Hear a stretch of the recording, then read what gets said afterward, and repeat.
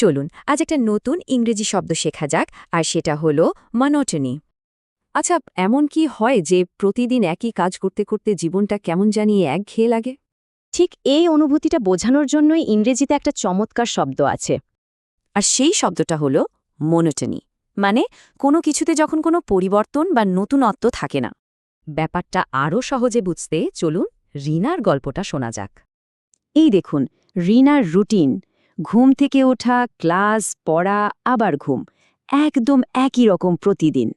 এই যে জীবনে কোনো নতুনত্ব নেই, এই ব্যাপারটাই হলো মনোটনি। আর এতে রিনা একদম বোর হয়ে যাচ্ছিল। আসলে এই অনুভূতিটা কিন্তু আমাদের সবারই কম বেশি হয়, তাই না? বিশেষ করে পড়াশোনা বা কাজের চাপে।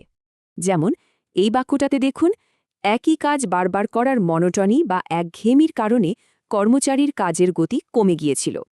রিনাও ঠিক এটাই বুঝতে পারল, ভাবল এই মনোটনি ভাঙতেই হবে, নতুন কিছু করা দরকার। আর তাই সে তার প্রতিদিনের রুটিনে নতুন আর মজার কিছু যোগ করার কথা ভাবল।